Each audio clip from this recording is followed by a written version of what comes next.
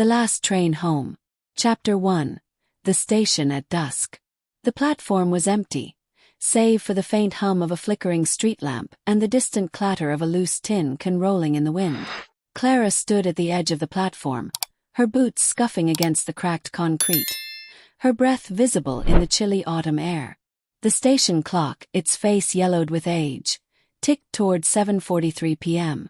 The last train was due in 4 minutes. She adjusted the strap of her worn leather satchel, its weight heavier than it should have been, not from the few books and clothes inside, but from the letter tucked into the inner pocket. The one she hadn't opened yet. The one she wasn't sure she ever would. Clara had come to Harrow's End for answers, though she wasn't sure what questions she was asking. The town was a speck on the map, a place people passed through, not stayed in. Its single train station was a relic, with peeling paint and a ticket booth that hadn't been manned in years. She'd arrived 3 days ago, following a trail of half-remembered stories her mother used to tell. Stories of a place where time felt different, where the air carried whispers of things forgotten. The letter had arrived a week after her mother's funeral. No return address, just her name scrawled in blue ink, and inside a single sentence. "Come to Harrow's End and you'll understand." No signature. No explanation. Clara had spent days turning it over in her mind, wondering if it was a prank, a mistake, or something else entirely. In the end, curiosity won out over caution. The rumble of the train broke her thoughts. Headlights pierced the dusk, and the ground trembled beneath her feet.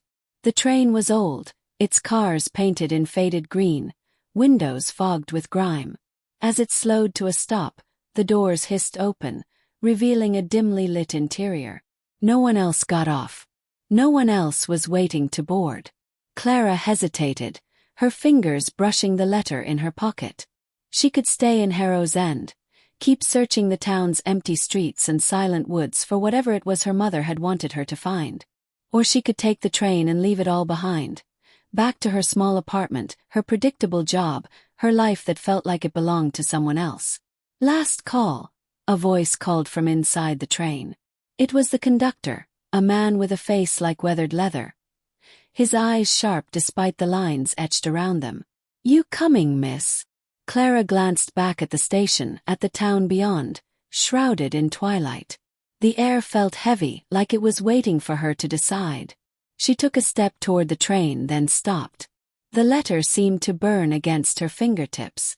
What was she running from? Or toward? Chapter 2. The Weight of Staying. Clara didn't board the train. Her feet stayed rooted to the platform as the doors hissed shut, the engine groaned, and the faded green cars rattled away into the night. The conductor's eyes lingered on her through the grimy window, not with judgment but with a knowing look, as if he'd seen others stand at this crossroads before. The train's red tail lights vanished around a bend, leaving only silence and the faint creak of the station sign swaying in the breeze. She turned back toward Harrow's End, the town's sparse lights flickering like fireflies against the darkening hills. The letter in her pocket felt heavier now, as if it had absorbed the weight of her decision. Clara pulled it out, her fingers tracing the creased edges. The blue ink of her name, Clara Everett, seemed to shimmer under the street lamp, though she told herself it was just a trick of the light. 3 days in Harrow's End had yielded nothing but questions. The townsfolk were polite but distant, their answers vague when she asked about her mother, Eleanor, or the stories she used to tell. The local innkeeper, a wiry woman named Mrs. Hale, had squinted at Clara as if trying to place her face but offered no insights. The library, a cramped room above the post office, held no records of an Eleanor Everett. Even the woods where Clara had wandered yesterday seemed to swallow sound, leaving her with only the echo of her own footsteps. Yet something kept her here. Maybe it was the way the air felt, thick with secrets, like a room left undisturbed for too long. Maybe it was the memory of her mother's voice, soft and wistful, describing a town where the stars seemed closer, where time slipped through your fingers like sand. Clara tucked the letter back into her satchel and started walking toward the town square. The streets were narrow, lined with sagging storefronts and houses with curtains drawn tight. A single diner glowed at the corner, its neon sign buzzing faintly. May's place, it read, the E flickering on and off. Clara pushed open the door, a bell jingling above her. Inside, the diner was nearly as empty as the station. A man in a flannel shirt hunched over a coffee mug at the counter, and a teenage girl with braided hair scribbled in a notebook in a corner booth. The air smelled of burnt toast and grease. Behind the counter, a woman in her 50s, May presumably, wiped down a glass with a rag, her eyes flicking up to meet Clara's. "Evening," May said, her voice warm but guarded. "You're the one staying at Hale's, aren't you?" Clara nodded, sliding onto a stool at the counter. "Clara Everett. Just passing through." May raised an eyebrow, setting the glass down. "Nobody just passes through Harrow's End. Coffee, please." Clara watched as May poured a steaming cup, the dark liquid catching the dim light. "I'm looking for something. Or someone maybe. My mother used to talk about this place." May's hands paused, just for a moment, before she slid the cup across the counter. "Lots of folks talk about Harrow's End. Doesn't mean they know it. What was her name?" "Eleanor Everett." Clara studied May's face for any sign of recognition, but the woman's expression remained unreadable. "Doesn't ring a bell," May said, turning to wipe the counter, though it was already clean. "But then people come and go. Always have." Clara sipped the coffee, bitter and strong. She wanted to press further, but the man at the counter glanced her way, his eyes narrowing slightly before he turned back to his mug. The girl in the booth had stopped writing, her pencil hovering over the page as if listening. "Any chance you've heard stories about this place?" Clara asked, lowering her voice. "Old ones, maybe. About time being different here." May's rag slowed, and for the first time, her eyes met Clara's directly. They were sharp like the conductor's, but there was something else in them. Caution, maybe, or fear. "Stories are just stories," she said carefully. "But if you're chasing them, you might want to talk to Old Man Carver. Lives out by the edge of the woods. He's been here longer than most." Clara's pulse quickened. A lead, however small. "Where can I find him?" "Take the road past the church, keep going till the pavement ends. You'll see a cabin with a red door. But," May leaned closer, her voice dropping to a whisper, "don't go poking around after dark. The woods, they're not kind at night." Clara nodded, though the warning sent a chill down her spine. She finished her coffee, left a few bills on the counter, and stepped back into the cold. The town square was empty now, the stars brighter than they had any right to be. As she walked toward the church, the letter in her pocket seemed to hum with a life of its own. She didn't notice the girl from the diner following her, slipping silently into the shadows. Chapter 3. The cabin with the red door. The road past the church was little more than a dirt path, winding through gnarled trees that seemed to lean inward, their branches clawing at the sky. Clara's boots crunched against the gravel, the sound unnervingly loud in the stillness. The air grew colder as she left the town behind, the lights of Harrow's End fading into a faint glow. May's warning echoed in her mind, but the letter in her pocket urged her forward, its weight a constant reminder of why she was here. The pavement ended abruptly, giving way to a muddy trail that snaked into the woods. Clara pulled her scarf tighter, her breath forming clouds in the air. The stars, so vivid in the town square, were now hidden by a canopy of twisted branches. She flicked on the small flashlight from her satchel, its beam cutting through the darkness but revealing little beyond the path ahead. After what felt like hours but was likely only minutes, she spotted it, a cabin nestled among the trees, its red door stark against the weathered wood. The windows were dark, save for a faint flicker, like a candle struggling to stay lit. Clara hesitated, her hand hovering over the letter in her pocket. Old Man Carver. He was her only lead, but May's words, "the woods, they're not kind at night," gnawed at her. She knocked, the sound sharp and hollow. No answer. She knocked again, louder this time, and the door creaked open an inch, as if it hadn't been latched properly. "Hello," Clara called, her voice swallowed by the trees. "Mr. Carver. I'm Clara Everett. I just want to talk." Silence. Then a faint shuffle from inside, like footsteps on a wooden floor. The door opened wider, revealing a man who looked as old as the town itself. His hair was white and wild, his eyes sunken but piercing like they could see through her. He wore a tattered sweater and his hands, gnarled as the trees outside, clutched a cane. "You're Eleanor's girl," he said, not a question but a statement. His voice was low, gravelly, like stones grinding together. Clara's heart skipped. "You knew my mother." Carver stepped aside, gesturing for her to enter. "Knew her stories. Come in. The cold's no place for this." The cabin was small, cluttered with books and papers stacked haphazardly on every surface. A single candle burned on a table, casting shadows that danced across the walls. Clara sat on a creaky chair, her satchel on her lap, while Carver lowered himself into an armchair, his cane resting against his knee. "You got her letter, didn't you?" he said, his eyes fixed on her satchel. Clara nodded, pulling it out. "It said to come to Harrow's End. That I'd understand. But I don't. I don't even know who sent it." Carver's lips twitched, not quite a smile. "Eleanor always said you'd come looking one day. Said you were stubborn like her." He leaned forward, his voice dropping. "Harrow's End ain't just a town, Clara. It's a hinge. Place where things cross over. Time, memory, maybe more. Your mother knew that." Clara's throat tightened. "She never told me. She just told stories. About stars and whispers and a place where things didn't add up." "She was protecting you," Carver said. "Some truths are heavy. You feel it yet. The way the air presses down, the way the clocks don't keep time right." Clara thought of the station clock, its hands seeming to stutter. The way hours slipped away in the woods without her noticing. "What is this place?" she asked. Carver's eyes flicked to the window, where the darkness seemed to press against the glass. "It's a place that remembers. Things you've lost, things you've forgotten, they don't vanish here. They linger. And sometimes they come back." A chill ran through her, not from the cold but from something deeper, something she couldn't name. "Why did she send me here?" Carver reached for a small wooden box on the table, its surface carved with strange, looping symbols.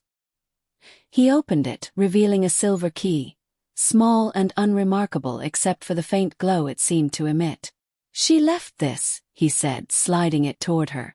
"Said you'd know what to do with it when the time came." Clara stared at the key, her hand hovering over it. The letter, the stories, the town. It all felt like pieces of a puzzle she didn't understand. She reached for the key, but before her fingers could close around it, a sharp noise cut through the silence.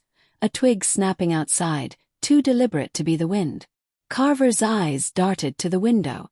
"You were followed," he whispered, his voice tight. "Get down." Clara dropped to the floor, her heart pounding as the candle flickered and went out.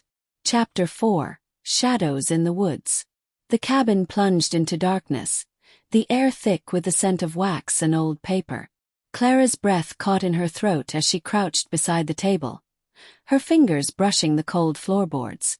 The silence was oppressive, broken only by the faint creak of Carver's chair as he shifted, his cane tapping softly against the wood. Another snap outside, closer this time. Clara's eyes strained to make out shapes in the dark, but the windows were black mirrors, reflecting nothing. Her hand found the key on the table, its metal warm despite the chill of the room. She slipped it into her pocket, next to the letter, her movements slow to avoid making a sound. "Who's out there?" she whispered, barely audible. Carver didn't answer right away. His silhouette was barely visible, hunched forward, listening. "Could be anyone," he finally murmured. "Or anything. The woods don't care who you are." Clara's pulse raced. "What do you mean, anything?" He turned his head slightly, his eyes glinting faintly in the dark. "Harrow's End holds on to things. Memories. People. Sometimes they walk. You felt it, didn't you? In the woods on your way here. Like you weren't alone." She swallowed hard, remembering the eerie quiet of the trail, the way the trees seemed to watch her. She chalked it up to nerves, but now with the darkness pressing in, she wasn't so sure. You're saying it's haunted? Carver's laugh was low, almost a cough. Haunted's a lazy word. It's more like an echo. Things that don't let go. He paused, tilting his head toward the window. But whoever's out there now, they're flesh and blood. And they don't want you here.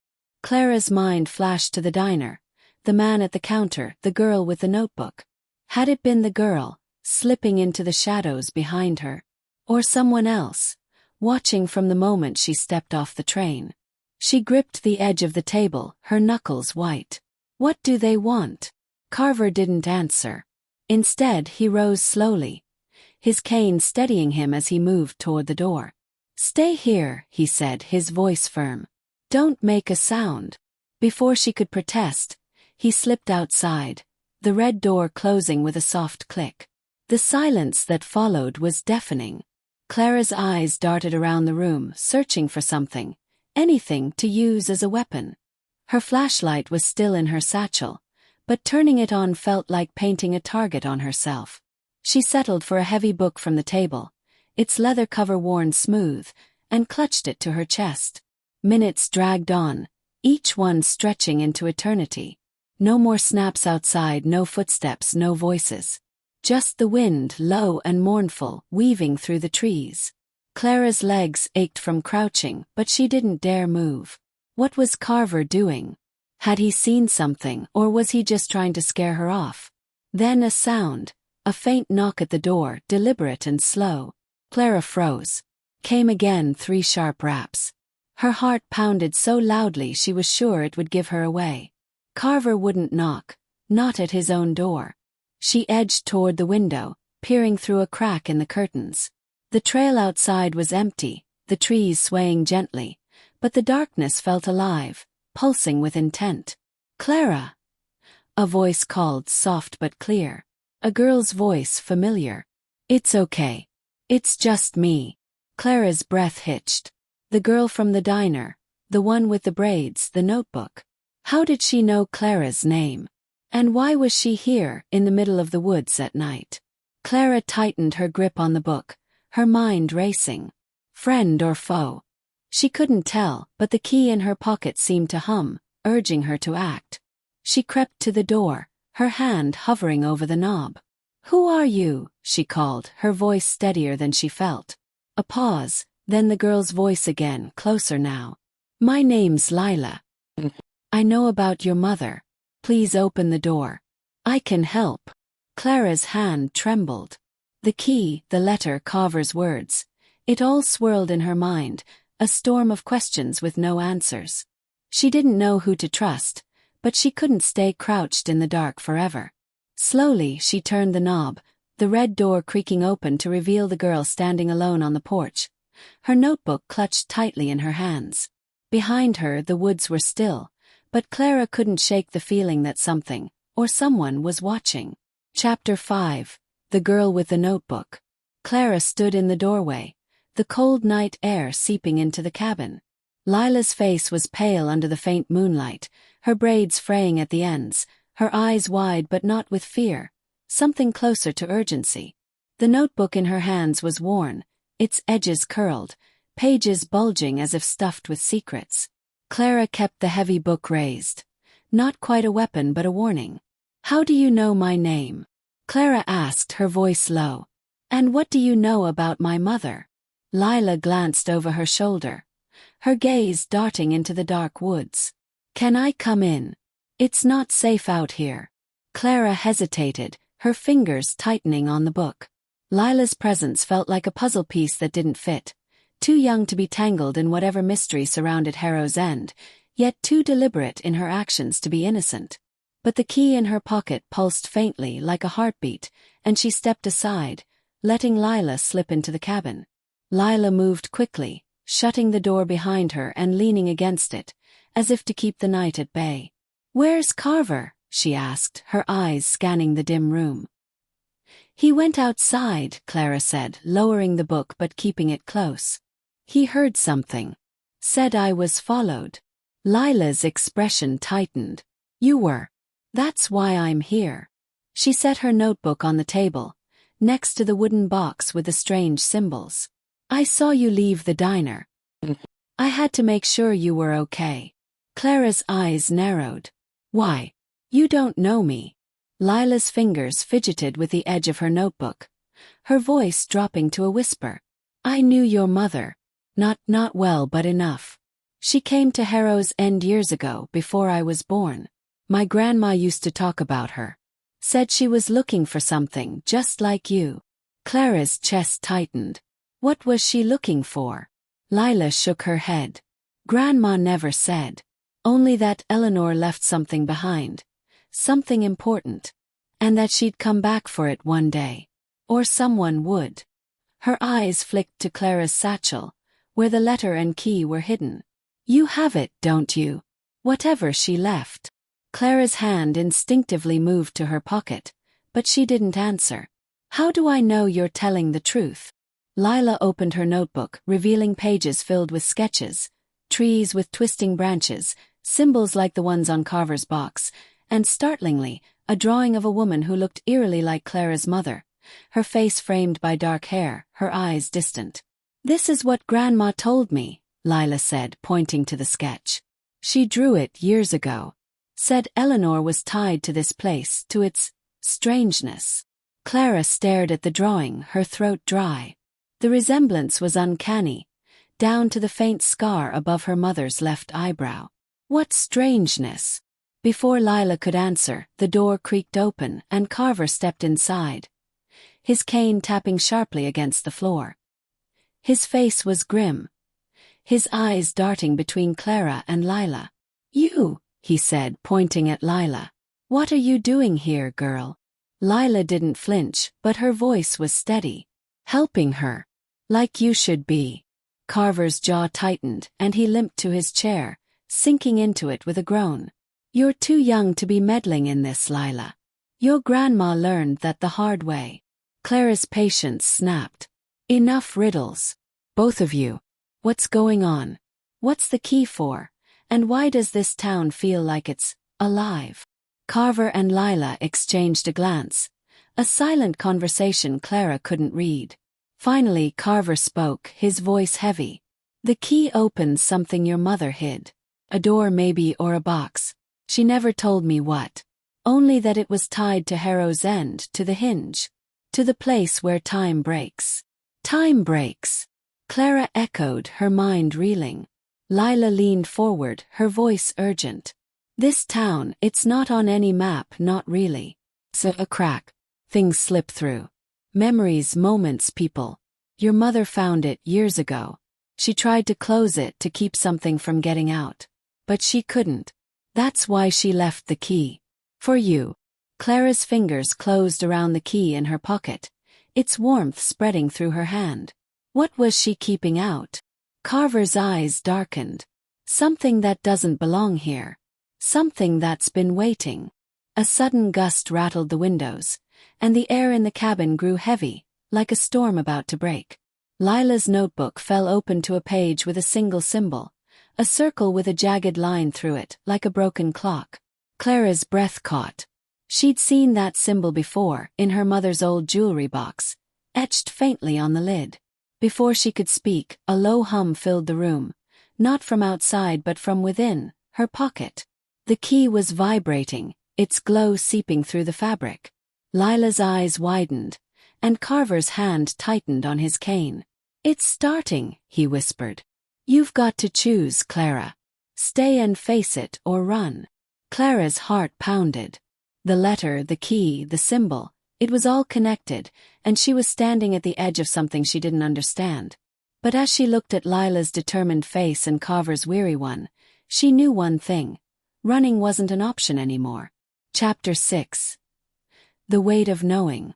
Clara sat frozen, the key's hum pulsing through her palm like a second heartbeat. The cabin felt smaller now, the walls closing in as the weight of Carver's words settled over her. Stay and face it or run. The choice should have been simple, but it wasn't. Not when every step in Harrow's End seemed to pull her deeper into a truth she wasn't sure she wanted. Her mind churned, torn between the woman she'd been a week ago, safe in her routine, numb in her grief, and the one standing here, clutching a glowing key in a town that seemed to breathe. She thought of her mother, Eleanor, whose stories had once been bedtime comforts, now twisted into warnings she hadn't heeded. Clara had spent years resenting her mother's silences, the way she'd deflected questions about her past with a wistful smile. "Some things you're better off not knowing," she'd say, her voice soft but final. Now, with the key in her hand and the symbol from her mother's jewelry box burned into her memory, Clara wondered if she'd been wrong to push for answers. What if the truth was too heavy? What if it broke her? She looked at Lila, whose eyes were fixed on her with a mix of hope and impatience. The girl was young, barely 16, but there was a fierceness in her that Clara envied, a certainty that came from knowing her place in this strange town. Lila had grown up with its secrets, her grandmother's stories woven into her life like thread. Clara, though, was an outsider, stumbling blind into a puzzle her mother had left half-solved. The unfairness of it stung. Why hadn't Eleanor told her? Why leave a cryptic letter, a key, and a trail that led to this? Carver's voice cut through her thoughts, low and rough. "You're thinking too much, girl. That's your mother in you." She thought she could outsmart it, too. Clara's eyes snapped to him. "Outsmart what? You keep talking around it like I'm supposed to guess. If you know something, tell me." Carver leaned back, his cane tapping a slow rhythm against the floor. "It's not about knowing. It's about feeling. You've felt it since you got here. The way time slips, the way the air watches you. That's the hinge. Your mother tried to close it, and it cost her." "Cost her what?" Clara's voice cracked, anger and fear tangling together. She hated how fragile she sounded, how the questions she'd buried for years were clawing their way out. She'd told herself she'd moved on from her mother's death, from the unanswered questions that lingered like ghosts. But here in Harrow's End, those ghosts were real, and they demanded her attention. Lila stepped closer, her notebook still open to the broken clock symbol. "Clara, listen. My grandma said your mother was brave. She found the hinge, the place where this town connects to something else. She hid something to keep it shut, but it's opening again. That's why the key's glowing. It's calling you." Clara's fingers tightened around the key, its warmth both comforting and unnerving. She wanted to believe Lila, to cling to the idea that her mother had been brave, that there was purpose in this madness. But doubt gnawed at her. What if she wasn't strong enough? What if she failed like her mother had? The memory of Eleanor's last days flooded back. Her pale face, her whispered apologies, the way she'd clutched Clara's hand as if afraid to let go. Clara had thought it was just illness, just grief. Now she wasn't sure. "I don't know what I'm supposed to do," Clara admitted, her voice barely above a whisper. She looked at Carver, then Lila, searching for certainty they couldn't give. "I came here for answers, not whatever this is. I'm not my mother. I'm not brave. I'm just lost." Lila's expression softened, and she reached out, hesitating before resting a hand on Clara's arm. "You're not lost. We're here. That's more than most people would do." Carver grunted, his eyes softening for the first time. "Your mother said the same thing once. Felt like she wasn't enough. But she kept going. And she left that key for you, not someone else." Clara's throat tightened. The key felt heavier now, not just in her hand but in her heart. She thought of the train, the one she could have taken to escape this place, to return to a life that was safe but empty. Running would be easier. Back to her apartment, her job, the numbness that had kept her going since her mother's death. But the letter, the key, the symbol, they were threads tying her to Eleanor, to a truth she'd spent her life avoiding. What if facing it meant losing herself? What if running meant losing her mother all over again? The hum from the key grew louder, vibrating through her bones. The air in the cabin shifted, heavy with the scent of earth and something older, something that didn't belong. Lila's eyes widened and Carver stood, his cane hitting the floor with a sharp crack. "It's close," he said, his voice urgent. "The hinge. It's waking up." Clara's heart raced, her inner conflict roaring to a crescendo. She could feel the pull of the key, the weight of her mother's choices, the fear of what lay ahead. But beneath it all was a spark. Small, fragile, but undeniable. The same stubbornness Carver had seen in her mother. The same need to know, to understand, even if it hurt. She stood, clutching the key. Her decision made not by courage but by necessity. "Where's the hinge?" she asked, her voice steady despite the storm inside her. Carver pointed to the window, where the darkness seemed to pulse. "Out there. In the woods. Follow the key." Lila grabbed her notebook, her face set with determination. "I'm coming with you." Clara nodded, her fear still there but no longer in control. She didn't know what she'd find or if she was ready, but for the first time since arriving in Harrow's End, she felt like she was choosing her path. Chapter 7. Into the Woods.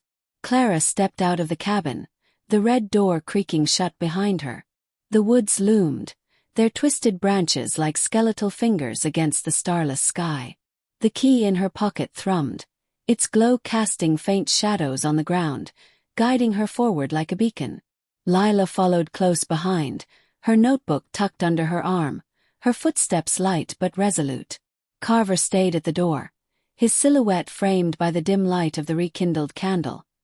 His eyes heavy with something unspoken, warning or perhaps regret. Clara's heart pounded, each beat a reminder of the choice she'd made. The air was thick, not just with cold but with a presence she couldn't name, as if the woods themselves were holding their breath. She wanted to run, to turn back to the safety of the cabin, to the life she'd left behind. But the key's pull was stronger, and with it came the weight of her mother's legacy, a legacy Clara wasn't sure she could carry. Her mind was a storm of doubt and memory. She saw her mother's face, not the frail woman of her final days, but the vibrant one from Clara's childhood, laughing as she spun tales of stars that whispered secrets. Those stories had been Clara's anchor, a tether to a mother who always seemed half in another world. But now those stories were a map, leading her into the dark, and Clara couldn't shake the fear that she was walking into a trap her mother had set. "Why me?" The question gnawed at her, sharp and relentless. She'd spent years building a life that was small, contained, safe. A job at a bookstore, an apartment with just enough space for her books and her grief. She'd told herself she didn't need answers, that her mother's secrets died with her. But the letter had shattered that illusion, and now the key was dragging her toward a truth she wasn't sure she could face. What if it was too much? What if she wasn't enough? The key's hum grew louder, vibrating through her bones, and Clara's steps faltered. She stopped, her hand closing around it in her pocket. Its warmth was a comfort, but also a demand, urging her deeper into the woods. She thought of her mother's final words. "I'm sorry, Clara. I should have told you." And the ache of those words twisted inside her. Eleanor had known something, had hidden something, and left Clara to pick up the pieces. The resentment flared, hot and sharp, but beneath it was a deeper hurt. The fear that her mother hadn't trusted her, hadn't believed she could handle this. "You okay?" Lila's voice was soft, breaking the silence. The girl stood a few steps behind, her eyes searching Clara's face in the dim glow of the key. Clara's throat tightened. "I don't know," she admitted, her voice raw.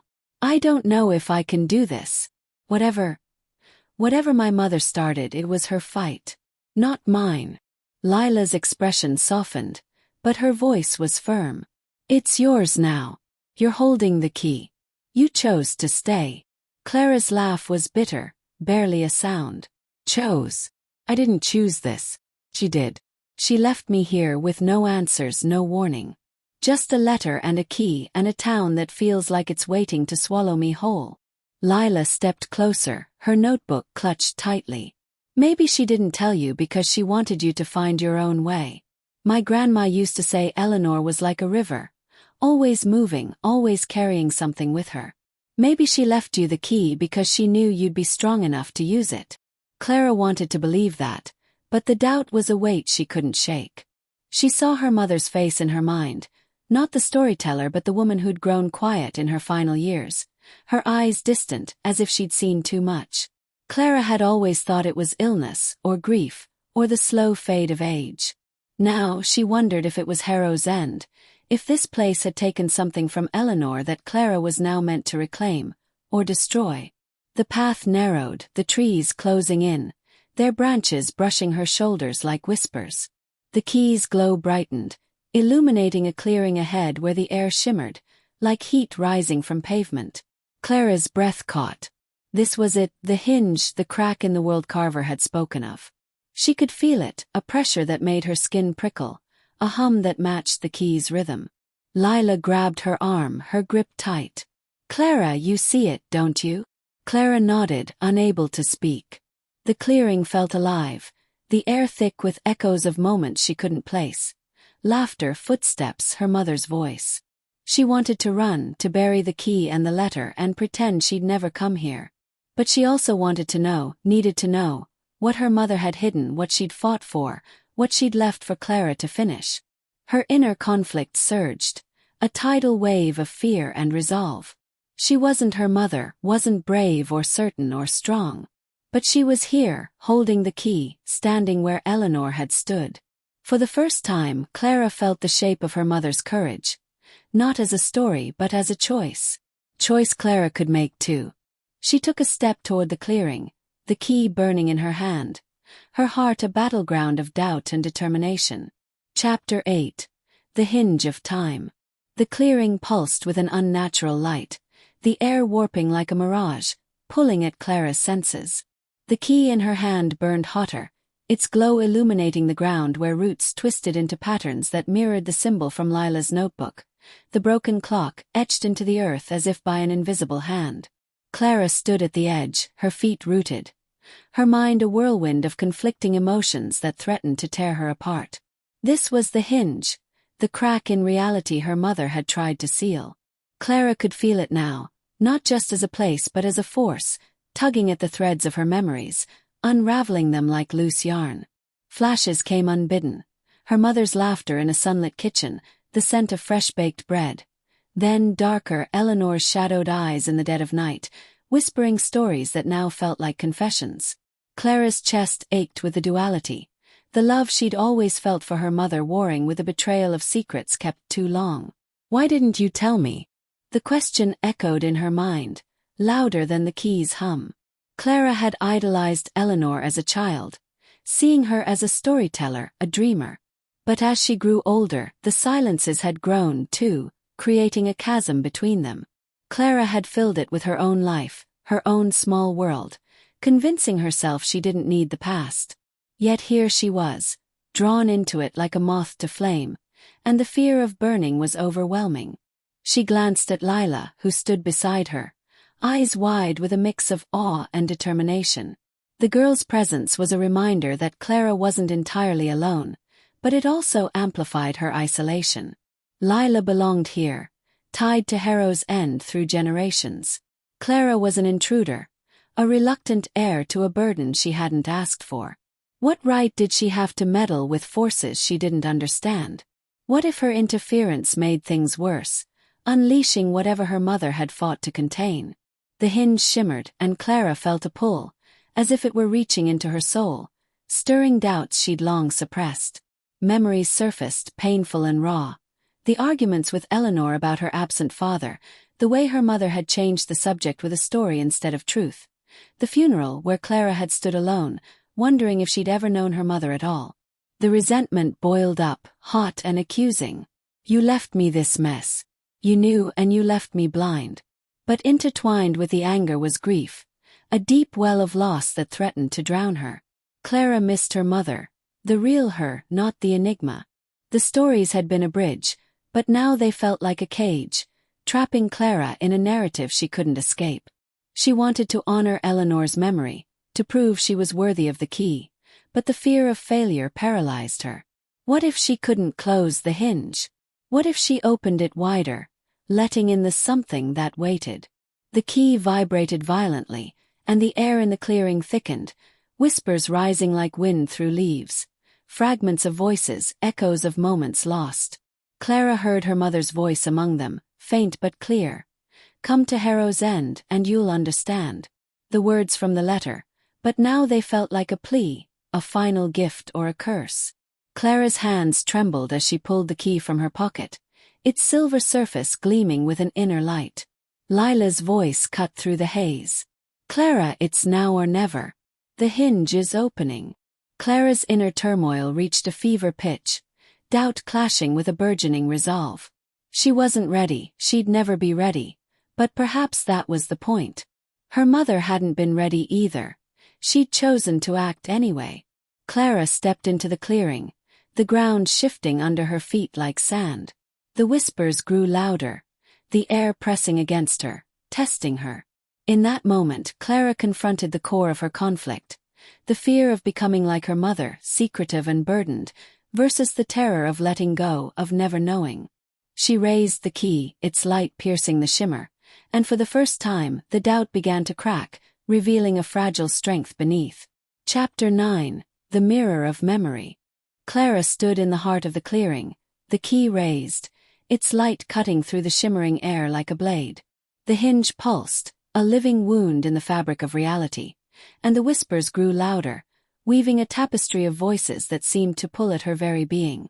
They weren't just sounds, they were memories, fragments of lives and moments that didn't belong to her, yet felt achingly familiar. Her mother's voice was there, not just a whisper now but a clear, resonant call, urging her forward, pulling her deeper into the unknown. Her hand shook, the key's warmth searing her palm, and Clara's mind fractured under the weight of her inner conflict. She wanted to move forward, to unlock whatever her mother had hidden, but the fear was a physical force, pinning her in place. The hinge wasn't just a door, it was a mirror, reflecting every doubt, every fear, every moment she'd tried to bury. Clara saw herself as she was, a woman who'd spent years running from her mother's shadow, building walls of routine and denial to keep the pain at bay. Now those walls were crumbling, and she was naked before the truth. What am I doing here? The question clawed at her, sharper than ever. She wasn't a hero, not like the figures in her mother's stories. Brave, unyielding, certain. Clara was ordinary, a woman who'd chosen a quiet life because it was easier than facing the void left by Eleanor's death. She'd told herself she didn't need to know her mother's secrets, that she could live without answers. But the key, the letter, this town, they'd stripped away that lie, leaving her raw and exposed.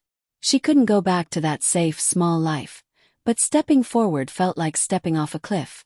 The whispers grew insistent, and Clara caught glimpses of images in the shimmer. Eleanor, younger, standing in this very clearing, her face etched with determination and fear. A shadowy figure, formless yet menacing, hovering at the edge of the light, and Clara herself as a child, listening to her mother's stories, unaware of the weight they carried. The images stirred a deep ache, a longing for the mother she'd lost, but also a rage that burned hotter with each revelation. You knew this would happen. You chose this for me. Clara's grip on the key tightened, her knuckles white. She wanted to scream, to throw the key into the hinge and let it consume itself, to walk away and leave Harrow's End to its secrets.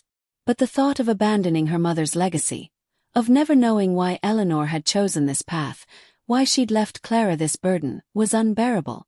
The grief was a living thing, twisting inside her, but so was the stubborn spark she'd inherited, the part that refused to let go. She thought of the moments she'd taken for granted. Her mother's hand brushing her hair as she fell asleep, the way Eleanor's eyes lit up when she spoke of stars and whispers, the quiet apologies in her final days. Clara had always assumed those apologies were for small things, missed dinners, forgotten promises. Now she saw them for what they were. Eleanor's regret for the weight she'd placed on her daughter's shoulders, for the truth she'd hidden to protect her. But protection had left Clara unprepared, and the resentment flared anew. You should have trusted me. You should have taught me how to be brave. The hinge pulsed again, and the air grew heavier, the whispers coalescing into a single voice, her mother's, soft and urgent. Clara, you're enough. The words hit like a blow, shattering the walls of doubt. Clara's breath caught, tears burning her eyes. She wanted to believe it, to trust that her mother had seen something in her worth passing on. But the fear was still there, a shadow whispering that she'd fail, that she'd break under the weight of this moment. Lila's voice broke through, steady despite the chaos. Clara, you have to do it. The key, it's for you. Clara looked at the girl, her face a mix of fear and faith, and felt a pang of envy for Lila's certainty. She wanted to be that sure, to believe she could face the hinge and whatever lay beyond. But all she had was a tangle of love and anger, fear and resolve, pulling her in every direction. She saw her mother in her mind's eye. Not the frail woman of her final days, but the one who'd stood here, facing the same impossible choice. Eleanor had chosen to act, despite her fear, despite the cost. Could Clara do less? Her inner conflict reached its zenith, a storm of opposing forces. The desire to honor her mother's memory versus the terror of losing herself, the need to know versus the fear of what she'd find. The key burned in her hand, its light steady now, as if it sensed her wavering resolve. Clara took a breath, the air thick with the scent of earth and memory, and stepped closer to the hinge. The shimmer parted, revealing a faint outline, a door or perhaps a gate, etched with a broken clock symbol. The key fit perfectly, as if it had always belonged there. Clara's heart pounded, her mind screaming to turn back, to run, to stay safe. But another part of her, the part that carried her mother's stubbornness, her mother's spark, pushed her forward. She didn't know if she was enough, but she was here, and that had to mean something. With a trembling hand, she turned the key, and the hinge began to open. Chapter 10. Echoes of the Past. As the key turned, the hinge groaned like a waking giant, and the shimmering air tore open with a sound like ripping fabric. Clara staggered back, the key slipping from her fingers and falling to the ground, its glow dimming as if spent. The clearing filled with a rush of wind, carrying scents of rain-soaked earth and forgotten attics, and the whispers exploded into a cacophony of voices, memories flooding her mind like a tidal wave. Clara clutched her head, dropping to her knees, her inner world fracturing under the onslaught. The hinge wasn't just opening a door, it was unleashing the past, forcing her to confront every echo her mother had left behind. Visions assaulted her. Eleanor as a young woman, discovering Harrow's End by accident, her eyes wide with wonder and terror. Arguments with a man Clara didn't recognize. His face blurred but his voice sharp with accusation. Nights spent poring over books like carvers, searching for a way to seal the hinge, her hands trembling with exhaustion. The images were vivid, intimate, pulling Clara into her mother's mind, her mother's pain. She felt Eleanor's isolation, the way she'd hidden her discoveries from everyone, including her daughter, to shield her from the darkness that lurked beyond the hinge. But the protection felt like abandonment now, a chasm Clara couldn't bridge. You left me alone with this, Clara thought, the resentment surging like a storm. You carried it all, and now it's mine, and I don't know how.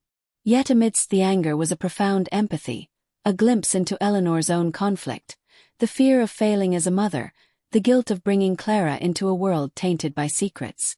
Clara saw her birth through Eleanor's eyes.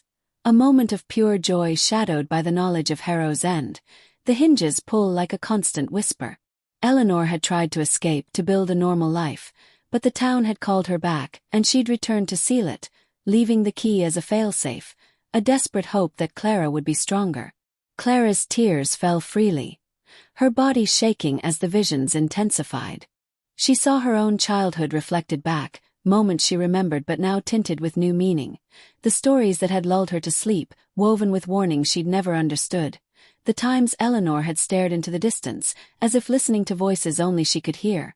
The jewelry box with a symbol, a hidden talisman Clara had played with as a child, oblivious to its significance. The love was there, fierce and unwavering, but so was the deception, the lies by omission that had shaped Clara's life. The conflict raged within her, love clashing with betrayal, strength warring with fragility. She wanted to forgive her mother, to embrace the legacy and close the hinge once and for all. But the fear was paralyzing. What if she couldn't?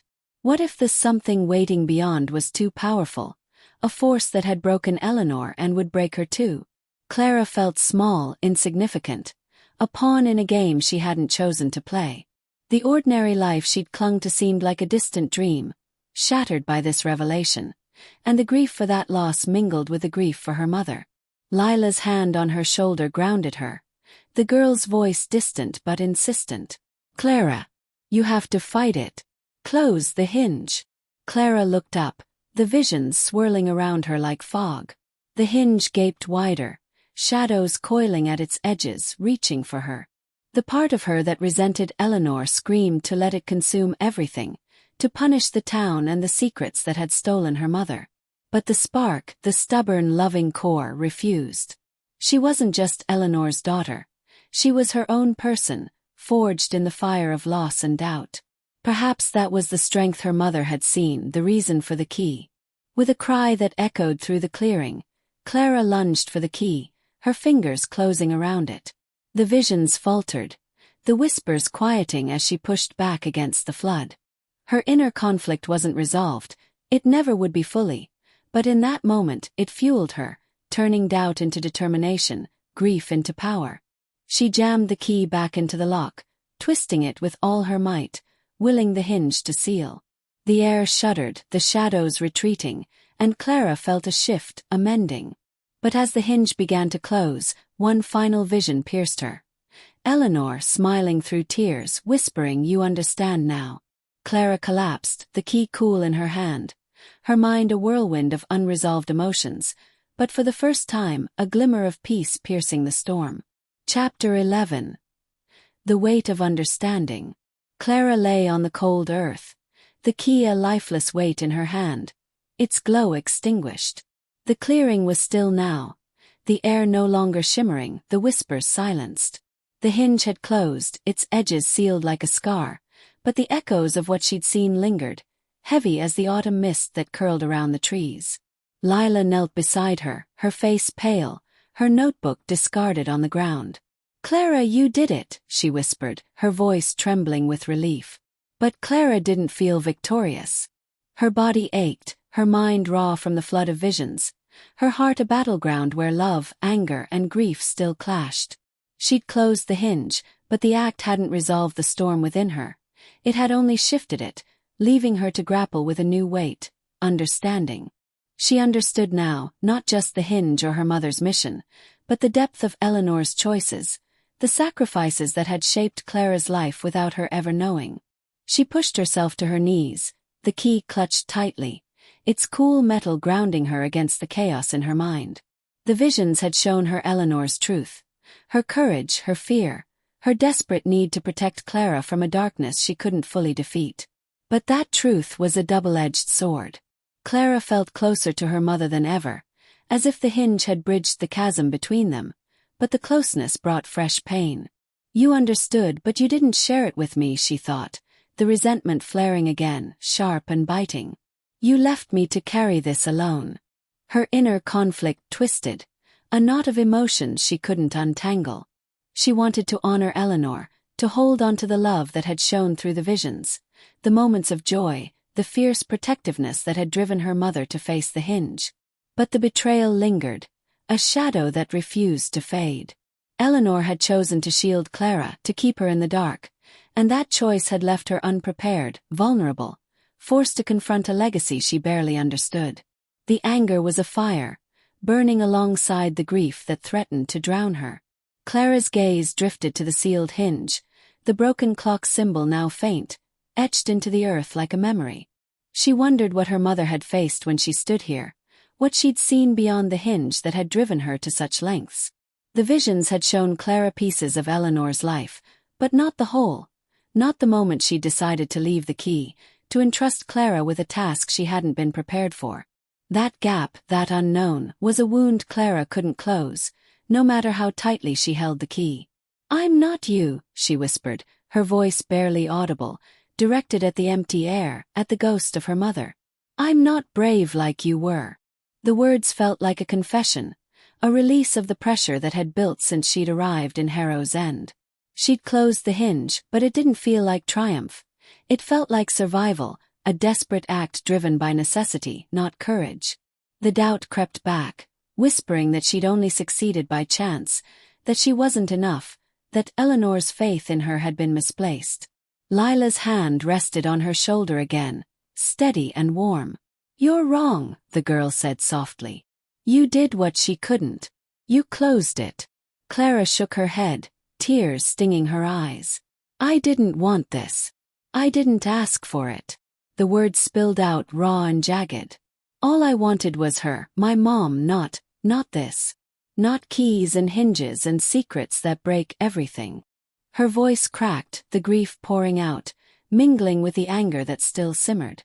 She wanted to scream at Eleanor, to demand why she'd been left to face this alone, but she also wanted to hold her, to tell her she understood, to forgive her for the choices that had shaped them both. The conflict within her was a living thing, shifting with every breath.